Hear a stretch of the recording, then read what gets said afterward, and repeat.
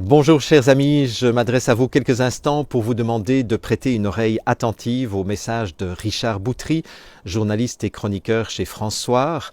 Richard vous demande votre soutien à travers la signature d'une pétition pour préserver la pluralité de la presse, pour préserver la liberté d'expression, étant donné que cette liberté d'expression, comme vous l'avez constaté probablement, est de plus en plus menacée, non seulement sur les réseaux sociaux, mais même maintenant vis-à-vis de médias mainstream comme l'est France Soir. Alors, merci d'écouter le message de Richard, qui est un message qui dure 5 minutes à peu près, de signer la pétition et surtout de partager le lien de cette pétition et éventuellement de partager le lien de cette vidéo pour que, ensemble, nous contribuions à ce que la dictature qui essaye de s'instaurer recule de plus en plus et que nous puissions préserver des conditions de pluralité, de liberté et de droits fondamentaux. Alors, merci de votre attention et à très très bientôt.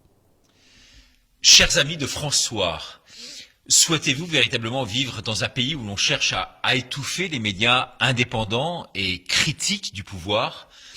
Voulez-vous d'une presse aux ordres, le doigt sur la couture du pantalon, dirigée par une poignée de milliardaires et dépendante des financements de l'État?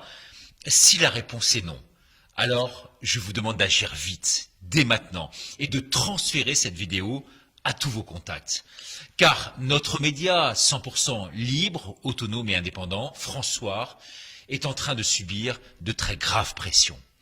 Ce qu'on nous reproche, c'est uniquement d'avoir porté une voix libre et alternative dans cette crise sanitaire. De fait, avant les autres médias, nous avons dit haut et fort des vérités qui dérangent. La liberté de prescrire des médecins, qui, vous le savez, est la base fondamentale du soin. Les limites des tests PCR qui comptent beaucoup trop de faux positifs, comme l'a dit et répété le professeur Raoult. Le risque des masques pour les enfants fragiles, ce qui a été confirmé du reste par le Conseil d'État italien qui a exempté récemment un enfant vulnérable. Les véritables origines de cette pandémie et le rôle très controversé du laboratoire P4 de Wuhan, ce qui est désormais admis par le très respecté Washington Post. L'efficacité également de certains traitements en phase précoce contre la Covid, comme la vitamine D, l'ivermectine, validés par des dizaines d'études scientifiques. Les dégâts du confinement et sa faible utilité, ce qui a été confirmé là aussi implicitement par le refus d'Emmanuel Macron de reconfiner sur la plupart de ces sujets.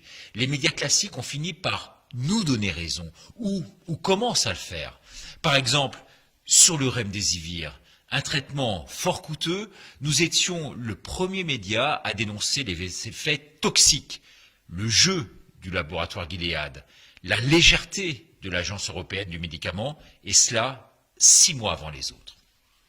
Mais à force de dire avant tout le monde, eh bien ces vérités qui dérangent, nous avons subi d'énormes pressions.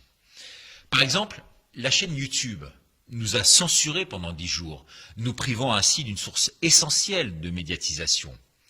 Google et Facebook ont fortement réduit notre visibilité et donc cette capacité, cette possibilité de rendre l'information accessible à tous.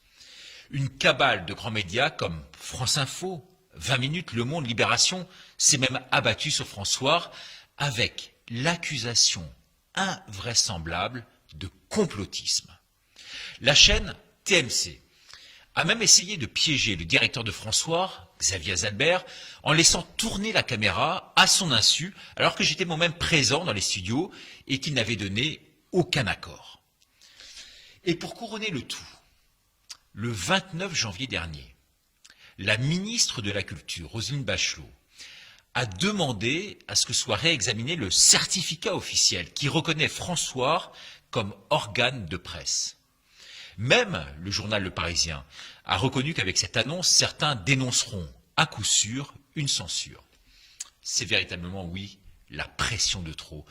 Et c'est pourquoi je vous demande de signer d'urgence la grande pétition de soutien à France Soir pour soutenir le pluralisme et la liberté d'expression.